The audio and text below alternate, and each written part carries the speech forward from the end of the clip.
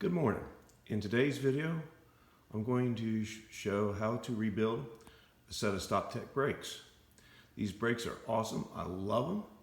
They're beautifully designed, but the gaskets can wear out, and in my particular case, I had trouble with one of the pads that was starting to wear quickly, meaning it was dragging because the gasket was not pulling it back into the caliper after brake release. Since you have an aftermarket caliper on your car, I'm assuming you know how to take them on and off, so I'll go through this section pretty quickly. The only tools we need are 12 and 13 millimeter sockets, vice grips for pulling the pads out, and a 5 millimeter Allen wrench. I always start with the first thing is by removing the banjo bolt that connects the brake line to the caliper. If you've ever done this and had a problem with brake fluid flowing all over the garage, there is an easy way to avoid this, and I'll show you that in just a moment. The trick to keep brake fluid from flowing all over your garage is to take a piece of wood and use it to wedge the brake pedal down. You will get a little bit of leakage, but it'll only be a few drops, and it's much neater. However, if you do this, you might want to consider disconnecting your battery, because if you're slow like I am, the battery will be dead long before I get this back together.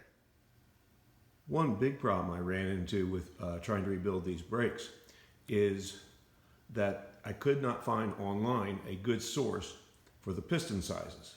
It turns out for the Honda S2000, the Stoptech calipers I have in each caliper, there are a pair of 40 millimeter pistons and a pair of 34 millimeter pistons. It was not until I got the calipers off that I was able to identify these, and I'll show you how to identify them. And if you can't find a good source, you have no choice but to take the calipers off and find out the size of your pistons. Second problem I had was that I went through 4 different suppliers before I finally found a supplier who could actually send me the gaskets that I needed.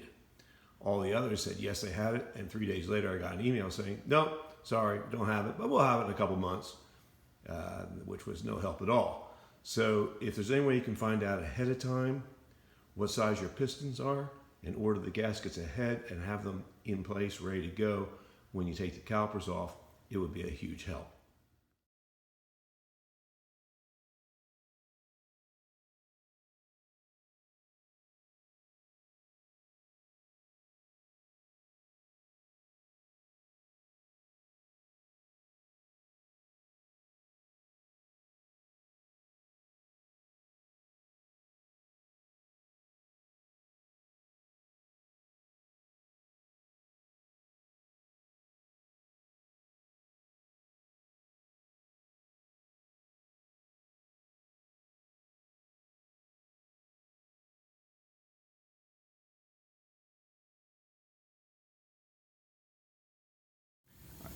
Now that we have the calipers off, there are a couple tools we need in order to get the pistons out. And one of the things you can see right here, if you look at the 2 pistons, they're not the same size. I had always expected they would be the same size. They're not. But again, for these particular calipers, we have a 34 and a 40. So you need to have a repair kit. It's got the dust boot and the gasket, the square gasket. Yeah, I used a small jeweler's screwdriver to help me remove the old gasket. The plywood, I'll show you later, piece of aluminum. These have to fit in the area where the pistons are, and I'll show you later exactly why we want that. Some type of needle nose plier. I've got 2 pairs here. I just happen to like these better, but if you got needle nose, that'd be fine. This is an optional device made by Lang. I'll show it right there.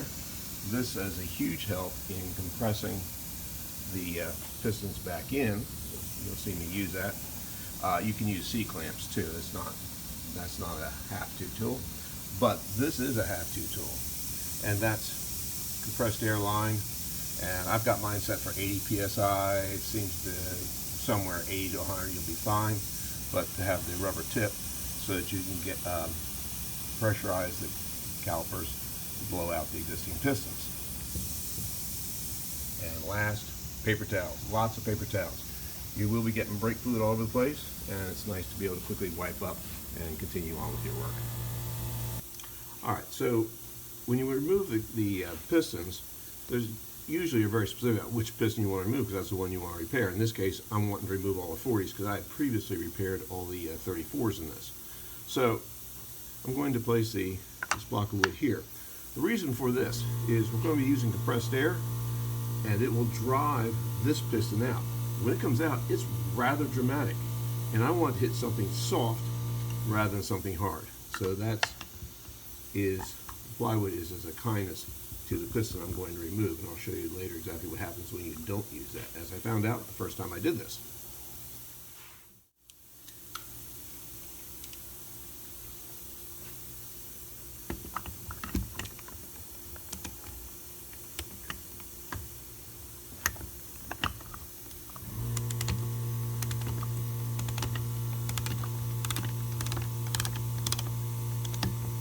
Okay. That expands, and now I'm ready to blow this piston out. Now this is the part where it gets a little bit exciting. Boom, right there.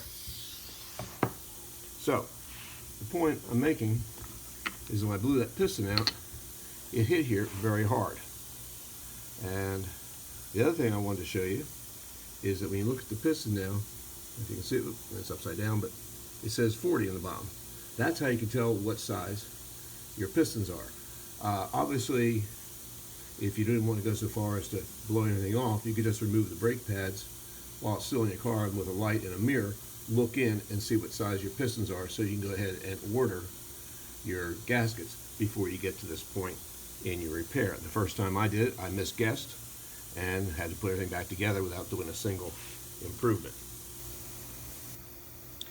You'll see here a piston I replaced previously, and I did not use plywood. When the piston was blown out, it hit the other side and actually chipped the aluminum. I actually had that happen on several of them before I realized what was causing the problem. It doesn't affect the function of the piston, so it works fine, but I just like to avoid that.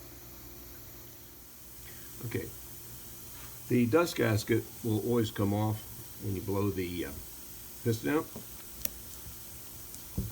And you can just tear that off and throw it away. It's trash. Be careful when you put the new dust gasket back on, because pretty much you can't get these off without tearing and destroying them, so you get one shot to put the gasket on. We now need to remove the square gasket, the one that actually does the work here. And getting to it is a little bit of a trick. You have a bright light, you can see in there. You gotta take my word for it, it's in there.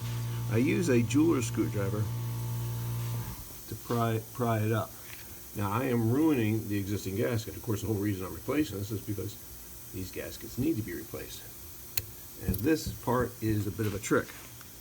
If anybody out there has a better suggestion on how to remove these, absolutely, positively, let me know, because I have not seen it or found it.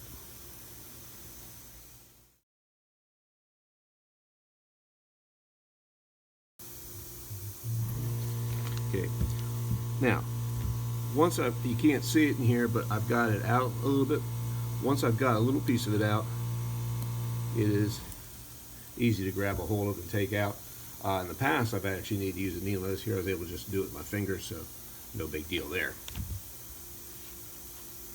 And that's trash. Now we're ready to put the new gaskets on. Again, the trickier one is the square gasket. Do wet it with some brake fluid.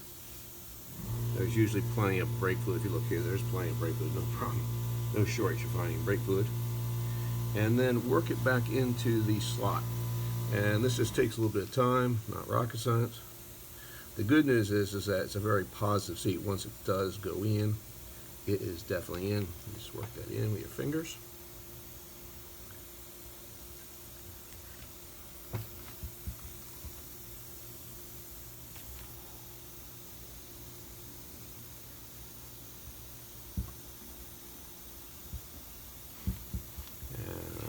see what I'm doing, but it's definitely by feel thing. You do this entirely by feel.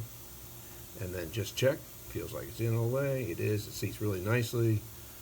Perfect. Okay. Now, go ahead and put your dust cap on. And you do get one shot at this, so don't fuck it up.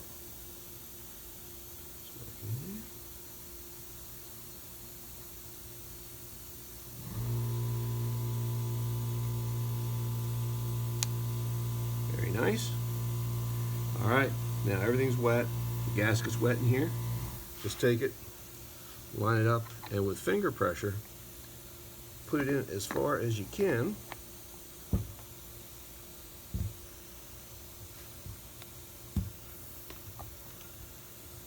There we go. And take your fingers, seat the dust boot into its slots. Try and get that in all the way. Flip it upside down if necessary. Work that in. And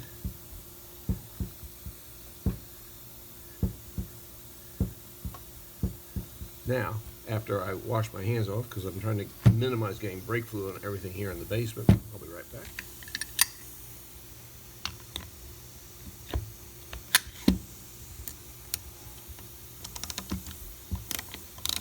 And compress the piston all the way back in.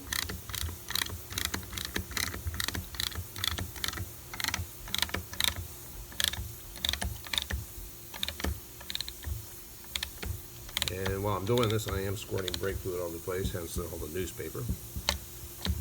Back that off. And, okay. And that's it. So as you can see right there, that's the brand new one, all in. Nice. Still got one more to do. I'll do that.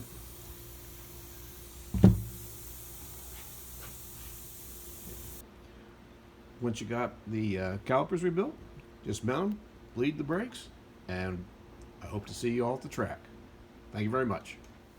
Okay, most often the dust collar will come off when you blow the piston out, but with these number 40 pistons, I had a lot of them where the piston came out, but the dust collar was still stuck inside the caliper. If that's the case, you'll have to recognize that inside you can see this one's all torn up, dust cap. But inside the dust cap right there, there is a metal wire which is a circle. If you can get the jeweler's screwdriver underneath that and pry it up, then you can pull it out very easily in case you have a problem with the dust cap.